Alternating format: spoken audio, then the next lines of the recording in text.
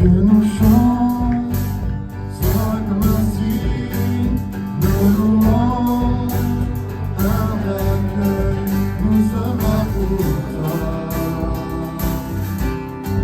Nous sommes là pour toi.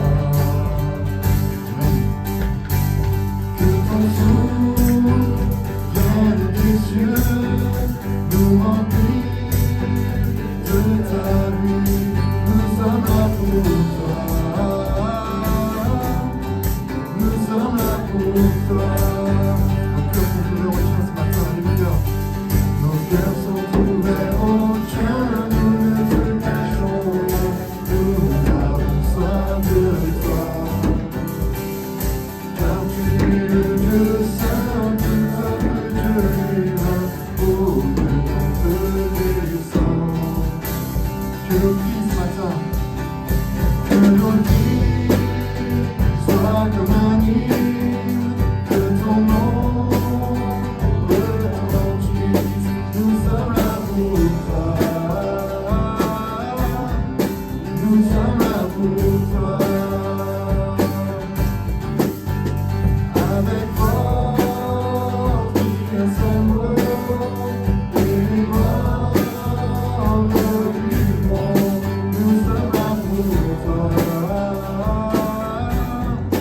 Nous sommes là pour toi. Voici nos cœurs devant toi. Nos cœurs sont ouverts au tien, nous ne te cachons rien. Nous avons soif de toi. Car tu es le Dieu saint, tout peuple Dieu divin. Oh, que ton feu descend. Nos cœurs sont ouverts au tien, nous ne te cachons rien. Nous avons soif de toi. Car tu es le Dieu saint, tout peuple Dieu divin. Oh, que ton feu descend. Seigneur, nous t'accueillons, Seigneur, nous t'accueillons. Ô roi et Dieu d'amour, tu es le bienvenu. Que notre cœur t'adore et toute âme s'éveille. Ô roi et Dieu d'amour, tu es le bienvenu. Seigneur, nous t'accueillons, Seigneur, nous t'accueillons. Ô roi et Dieu d'amour, tu es le bienvenu. Que notre cœur t'adore et toute âme s'éveille. Ô roi et Dieu d'amour, tu es le bienvenu. Sois la gloire ce matin, à toi la reconnaissance pour qui tu es le bienvenu. Que ton feu descende dans nos cœurs, que ton feu descende dans ces vies, dans cette vie de volée. Merci pour qui tu es, Seigneur, voici ton peuple qui te loue, qui te chante. Seigneur, nous t'accueillons, Seigneur, nous t'accueillons. Ô roi et Dieu d'amour, tu es le bienvenu. Que notre cœur t'adore et toute âme s'éveille. Ô roi et Dieu d'amour, tu es le bienvenu. Seigneur, nous t'accueillons, Seigneur, nous t'accueillons. Ô roi et Dieu d'amour, tu es le bienvenu. Que notre cœur t'adore et toute âme s'éveille. Ô roi et Dieu d'amour, tu es le bienvenu.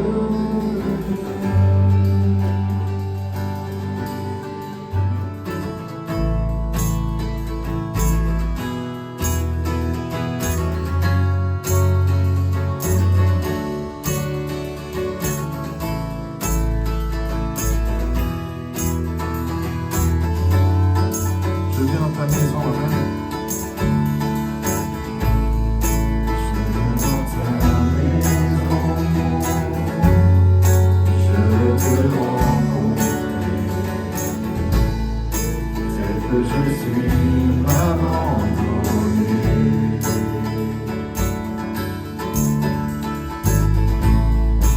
Alors que nous chantons, son esprit me remplit. Mon âme est libérée.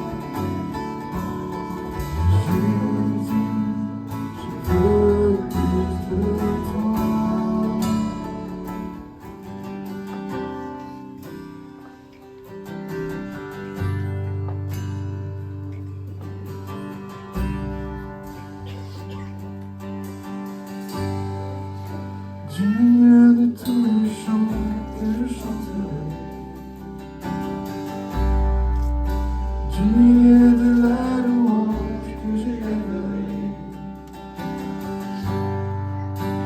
digne de chaque souffle que je te rendrai, je vis pour toi.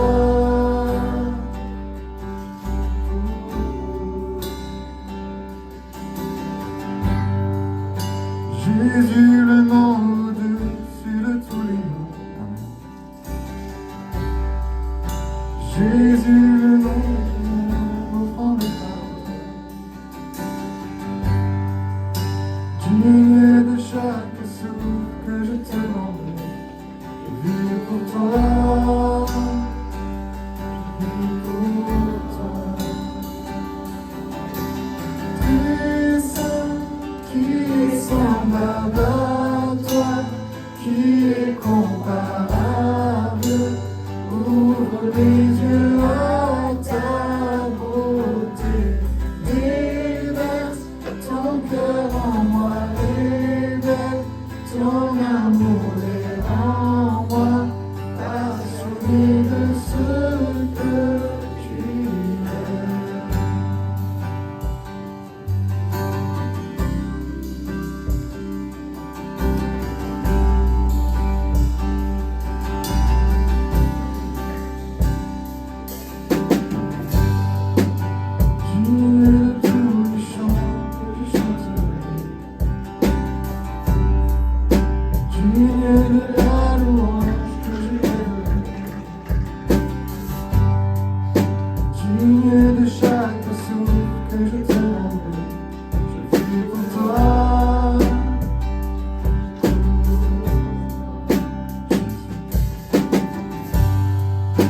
Jésus, le nom au-dessus de tous les noms.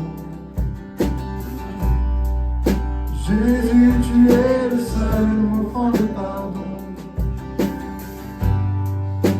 Digne de chaque souffle que je te rendrai, je vis pour toi. Je vis pour toi.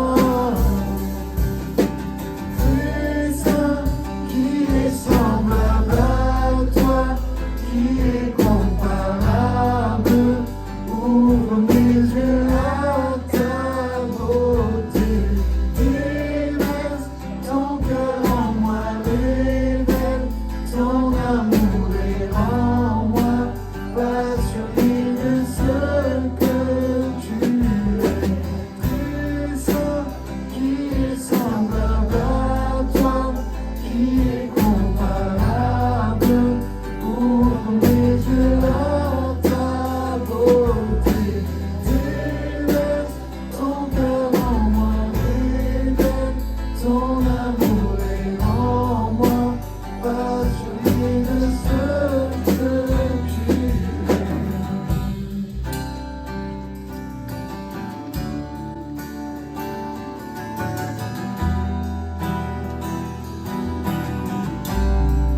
Seigneur, tu es ce roc solide et sûr.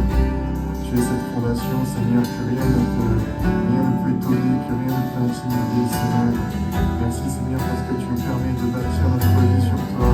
Tu nous permets de bâtir notre vie sur ta parole, Seigneur, qui est le chemin, la vérité et la vie. Et c'est sur toi que nous voulons suivre, Seigneur, jour après jour. C'est pas parce qu'on est avec toi qu'il n'y aura pas de difficultés, qu'il n'y aura pas de tempête. On sait que lors des tempêtes, tu seras avec nous. Tu seras notre soutien, tu seras notre abri, Seigneur. Et on veut bâtir notre vie sur toi, sur ta parole, sur qui tu es, Seigneur.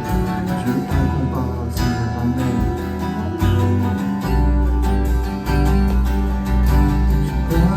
Tu es ma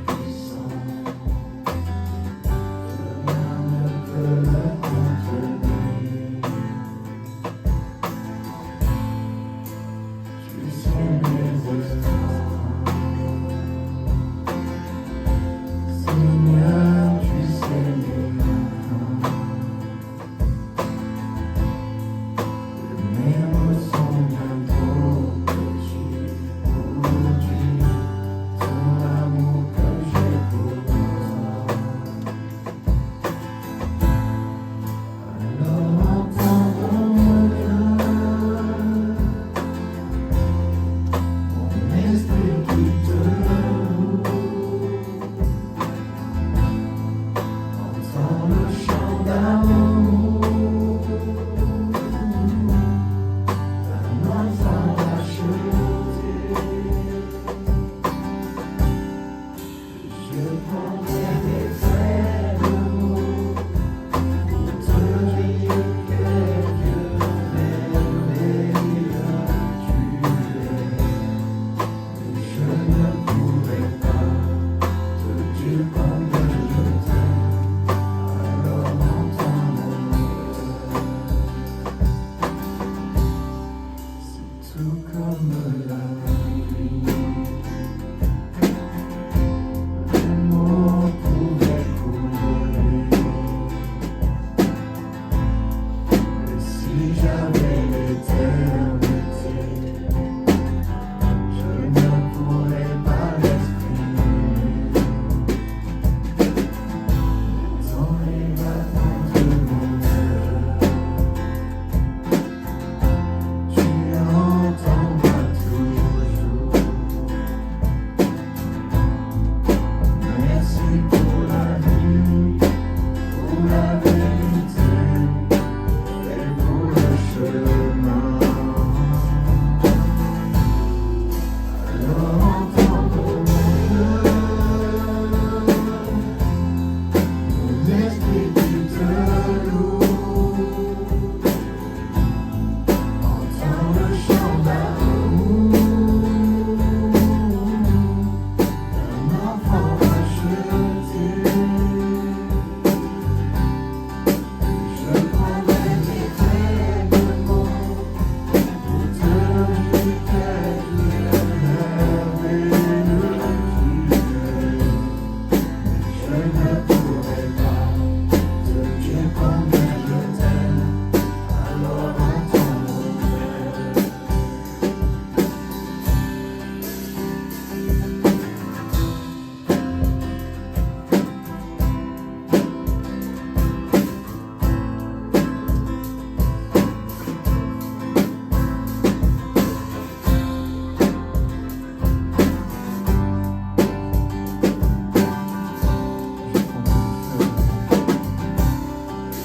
Je prendrai mes feux de mots pour te dire quel Dieu merveilleux tu es. Je ne pourrai pas te dire combien je t'aime. Alors entends mon cœur. Mais je ne pourrai pas te dire combien je t'aime. Alors entends mon cœur.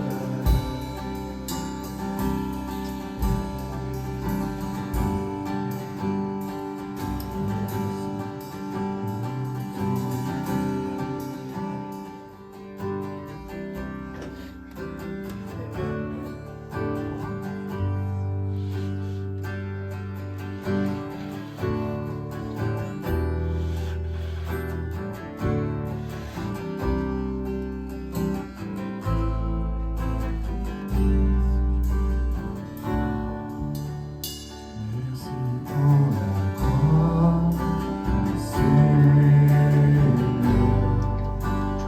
Merci pour le prix payé.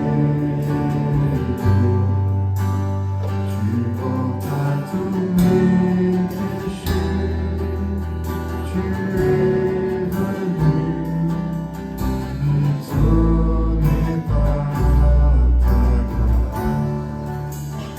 Merci pour l'amour, Seigneur. Merci pour tes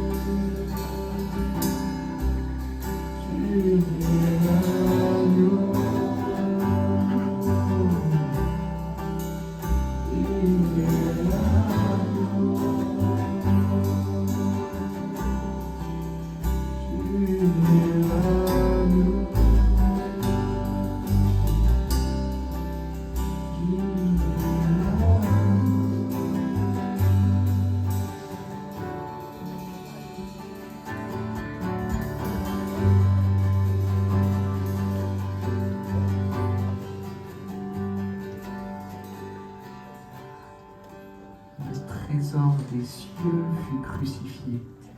Et c'est par amour qu'il a accepté ça. Alors qu'on va partager le pain et le vin, je lis dans le livre de Zacharie, « Or, Josué était couvert d'habits très sales, et il se tenait devant l'ange. L'ange s'adressa à ceux qui se tenaient devant lui et leur ordonna « Ôtez-lui ses vêtements sales. » Et il ajouta à l'adresse de Josué « Regarde, j'ai enlevé le poids de la faute que tu portais, et l'on te revêtira d'habits de fête. » Alors je m'écriai qu'on lui mette un turban pur sur la tête. En lui posant donc le turban pur sur sa tête, et on le revêtit d'autres habits. Or, l'ange de l'Éternel se tenait là. Et un peu plus loin, au verset 8, « Et maintenant, écoute, Josué, toi le grand prêtre, et tes collègues qui se tiennent devant toi, car vous êtes des hommes qui servaient de préfiguration. En effet, je ferai venir mon serviteur qui est appelé le germe. » Et on sait de qui il s'agit, de Jésus-Christ. C'est lui-même, Jésus, qui dira, pour expliquer qu'il fallait qu'il meure et qu'il ressuscite, qu'il dira qu'un grain de blé, pour porter du fruit, doit mourir en terre. Et alors, il porte beaucoup de fruits. Jésus-Christ, par sa mort et sa résurrection, et ce germe, ce sauveur qui offre la vie. Merci Seigneur pour cela. Et le texte se poursuit un peu plus loin en disant, le Seigneur le déclare, en un seul jour, j'ôterai le poids de la faute que porte ce pays. En ce jour-là, le Seigneur des armées célestes le déclare, vous vous inviterez les uns les autres sous la vigne et sous le figuier. Amen. Voilà ce que le Dieu puissant a de toute éternité voulu faire avec nous. Ôter nos vêtements sales et souillés à cause de notre péché, pour nous donner un vêtement pur. Pour que cela soit possible, il fallait que le germe meure, il fallait que Jésus-Christ meure. Mais à cause de cette mort qu'il a acceptée sur la croix, grâce à sa résurrection par la puissance de Dieu, Jésus-Christ le vivant est celui qui s'approche de nous ce matin et qui nous dit, voici le turban saint pur que je pose sur ta tête. Voici l'habit propre, éclatant et pur que je remets sur toi, à la seule condition que nous disions, Seigneur Jésus, je te demande pardon, je reconnais, viens vers moi, viens pardonner mes fautes et mes péchés. Et Jésus-Christ le fait pleinement. C'est cela dont nous allons nous souvenir alors que nous allons prendre ce pain et ce vin. Je vais demander à Jimmy s'il veut bien venir avec moi et Jean-Luc pour distribuer ces choses. Pendant que le pain et le vin passent, continuons à élever ce Sauveur merveilleux. Continuons à adorer ce Jésus-Christ qui a tout accompli pour nous. Élevons nos voix, n'ayons pas honte de le faire. Cela réjouit le cœur de Dieu, c'est vrai, mais cela réjouit aussi nos cœurs d'entendre la prière des uns et des autres. Élevons nos voix et célébrons-le, il en est très digne. Jésus pour que le roi des cieux nous recèle.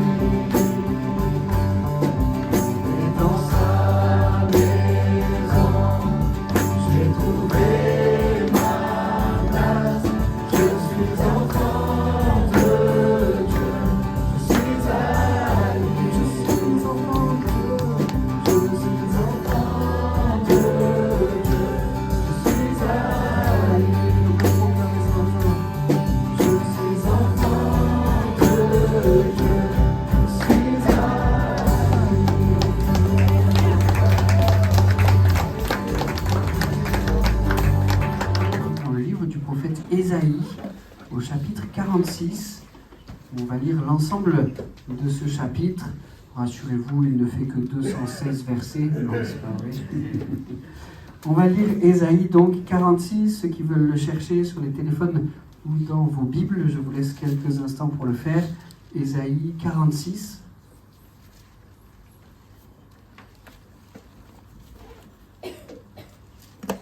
Et voici ce qu'on y découvre. Voici Bel a ployé et Nebo s'est courbé. Des animaux et des bêtes de somme emportent leurs images. Ces idoles que vous portiez chargent de tout leur poids des bêtes fatiguées. Ces dieux se sont courbés et ils ont ployé ensemble. Ils n'ont pas pu sauver leur image qu'ont transportée et ils s'en vont eux-mêmes en captivité. Écoutez-moi, gens de Jacob, vous tous qui subsistez du peuple d'Israël, vous que j'ai pris en charge dès avant la naissance, que j'ai porté dès le sein maternel, je resterai le même jusqu'à votre vieillesse et je vous soutiendrai jusqu'à vos cheveux blancs. C'est moi qui vous ai soutenu et je vous porterai. Oui, je vous soutiendrai et je vous délivrerai. À qui me comparez-vous ? De qui me rendrez-vous l'égal ? À qui m'assimileriez-vous pour que nous soyons comparables ? Ils prennent tout l'or de leur bourse, ils pèsent l'argent au fléau et ils payent un orfèvre pour qu'il en fasse un Dieu devant lequel ils puissent se prosterner et l'adorer. Ils se le chargent sur l'épaule, ils le soutiennent, puis ils l'installent à sa place et il se tiendra là de sa place. Il ne bouge plus. On a beau l'invoquer, il ne répond pas, il ne peut délivrer personne du malheur. Rappelez-vous cela et prenez courage. Considérez ces choses, vous qui êtes révoltés.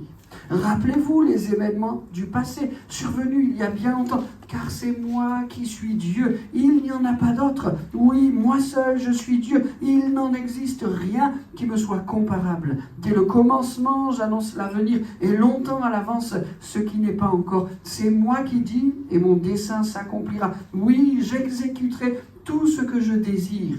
J'appelle de l'Orient un oiseau de proie, d'un pays éloigné, l'homme prévenu par mes desseins. Ce que j'ai déclaré, je le fais arriver. Ce que j'ai résolu, je l'exécuterai. Écoutez-moi, gens au cœur obstiné, vous, si loin d'être juste, je vais bientôt faire justice. Cela n'est pas loin. Je ne tarderai pas à faire venir le salut. Je vais accorder à Sion la délivrance et ma splendeur à Israël. Amen. Amen. Ça y est, vous avez tout compris ? On va essayer de le développer ensemble et de comprendre ce qui se passe dans ce passage. J'ai donné pour titre à cette prédication « Dieu en 4 preuves ». En fait, le contexte de ce chapitre, c'est que le peuple est en captivité. Le peuple est à Babylone et il vit des moments particulièrement difficiles. Et parce qu'en captivité, le peuple qui est le peuple choisi par Dieu, pour lequel Dieu a fait tant et tant de miracles, ce Dieu qui avait touché leur cœur, ce Dieu qui avait fait d'eux des adorateurs, ce peuple-là, à cause de la difficulté, à cause de l'épreuve, à cause de la captivité, est confronté à quelque chose de différent. Ils sont maintenant en présence d'autres dieux. On va mettre un petit dé à ces dieux-là. Ils voient les dieux des Babyloniens. Ils entendent la manière qu'ils ont de louer, d'adorer, de faire des choses pour leur Dieu. Et alors que le Dieu de Babyloniens semble avoir remporté des victoires écrasantes, Babylone a posé sa main sur Israël, elle a pris en déportation les habitants d'Israël et de Jérusalem, alors que les dieux de Babylone semblent être forts et avoir remporté de grandes victoires. Voilà que le peuple est dans le trouble. Qui est-ce qu'on doit adorer? Qui est-ce qu'on doit croire? Est-ce qu'on doit continuer à adorer et à prier le Dieu qui nous a quelque part conduits dans cette captivité et amenés à Babylone? Ou est-ce qu'on doit changer de Dieu et nous tourner vers le Dieu des Babyloniens qui semble avoir le vent en poupe, qui semble être puissant, qui en tout cas donne à montrer que Babylone en ce moment va bien et est forte? Le peuple de Dieu est dans cette ambivalence. Qui est-ce que je dois suivre? Et donc le prophète d'Ésaïe va annoncer ce que nous avons dans ce chapitre 46, va annoncer quelque chose de fort. Et alors que le peuple se questionne, alors que le peuple est troublé, Ésaïe va donner Dieu en 4 preuves. Voilà au moins 4 raisons pour lesquelles, peuple de Dieu, vous devez conserver votre foi à ce Dieu-là. Et je vous propose qu'ensemble, on puisse développer ces 4 preuves. La première, je l'ai intitulée comme ça, le Dieu d'Israël est plus fort que les plus forts. Un Dieu plus fort que les plus forts. On le voit au verset 1, 2 et 6. Je les relis avec vous. Voici Bel a ployé et Nébo s'est courbé. Ces 2 noms des dieux de Babylone. Voici Bel a ployé, Nébo s'est courbé. Des animaux et des bêtes de somme emportent leurs images. Ces idoles que vous portiez chargent de tout leur poids sur des bêtes fatiguées. Ces dieux se sont courbés, ils ont ployé ensemble. Ils n'ont pas pu sauver leurs images qu'on transportait et ils s'en vont eux-mêmes en captivité. Et puis le verset 6, ils prennent tout l'or de leur bourse, ils perdent l'argent au fléau, ils paient à leurs frères pour qu'ils en fassent un Dieu devant lequel ils puissent se prosterner et l'adorer. Ils se le chargent sur l'épaule, ils le soutiennent, puis ils l'installent à sa place. Il se tiendra là de sa place. Il ne bouge plus, on a beau l'invoquer, il ne répondra pas, il ne peut délivrer personne du malheur. Dieu plus fort que les plus forts. Bel et Nébo, des divinités babyloniennes, Dieu va prendre au travers de son serviteur Ésaïe, au travers de ce chapitre-là, Dieu va démontrer qu'il est plus fort que ces dieux-là, que les dieux de Babylone, et il va le faire avec au moins 2 arguments imparables.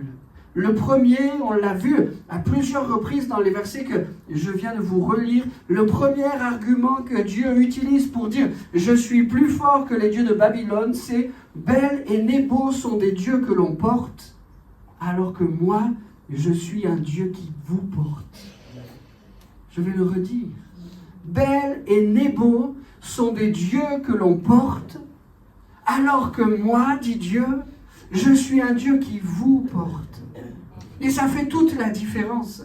Et ici, Ésaïe, inspiré par Dieu, va en apporter la plus grande des démonstrations. Regardez Bel, regardez Nébo, ils sont des statues qui sont recouvertes d'or et on doit les porter d'une place à une autre, on doit les installer à l'endroit où on veut bien, il faut les porter. On dira tout à l'heure même qu'ils sont une charge. Bel et Nébo sont des dieux que l'on porte, alors que Dieu est celui qui nous porte.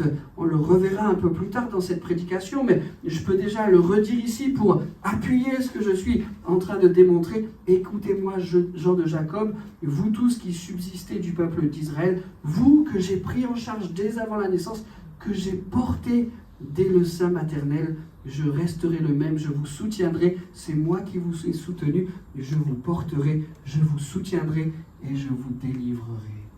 Voilà quel est le Dieu dans lequel nous croyons. Un Dieu qui nous porte.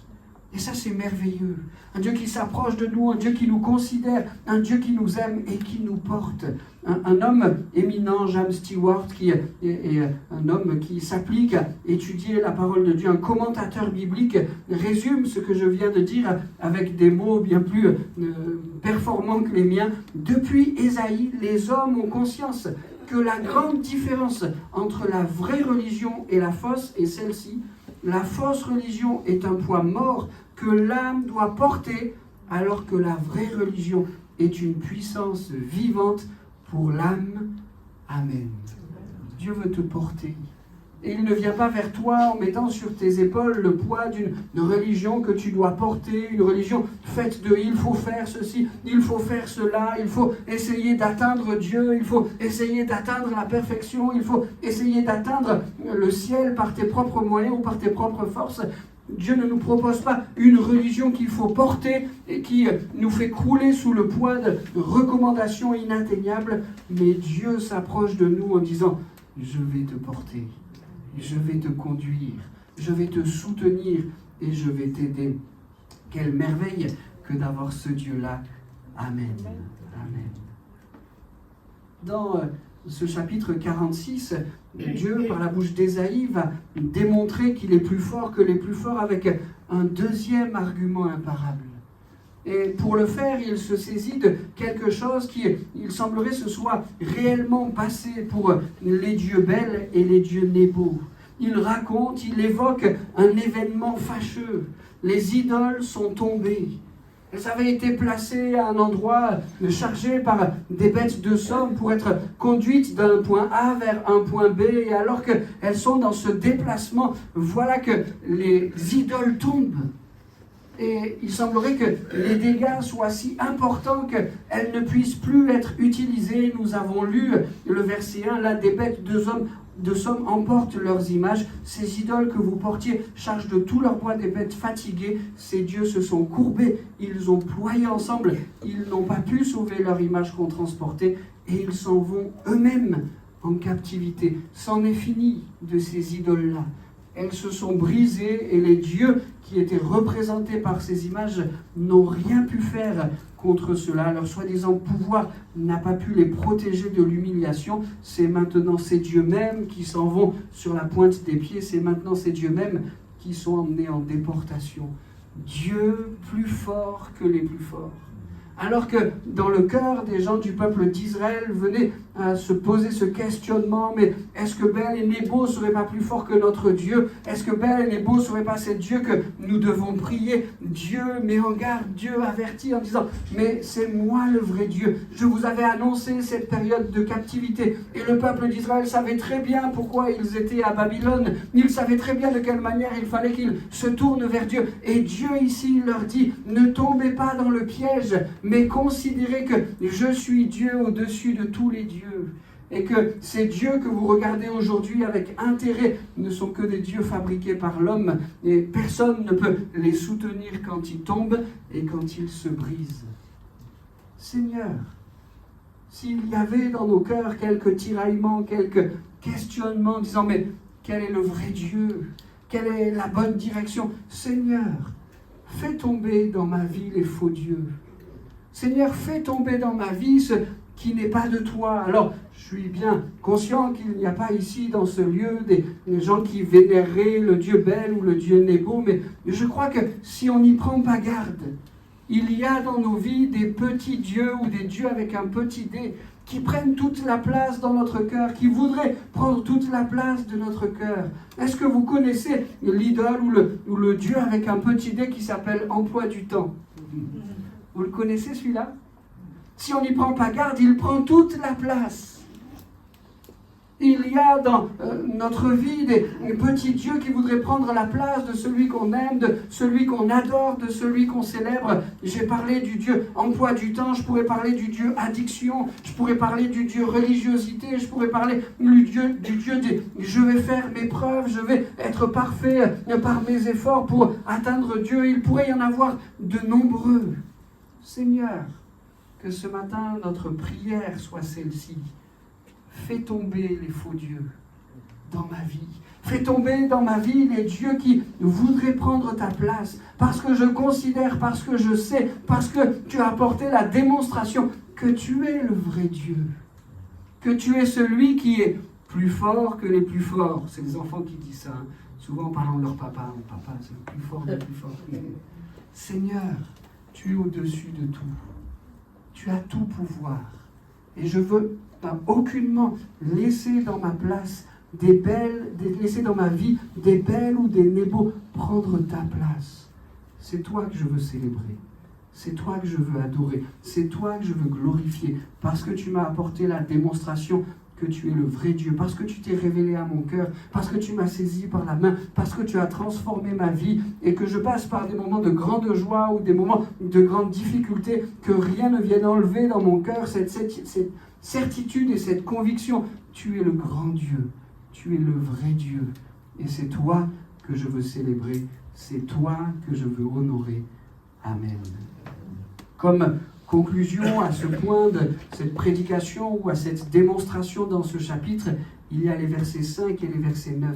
À qui me comparerez-vous pour faire de nous des égaux? À qui me feriez-vous ressembler pour nous assimiler? En effet, c'est moi qui suis Dieu. Il n'y en a point d'autre.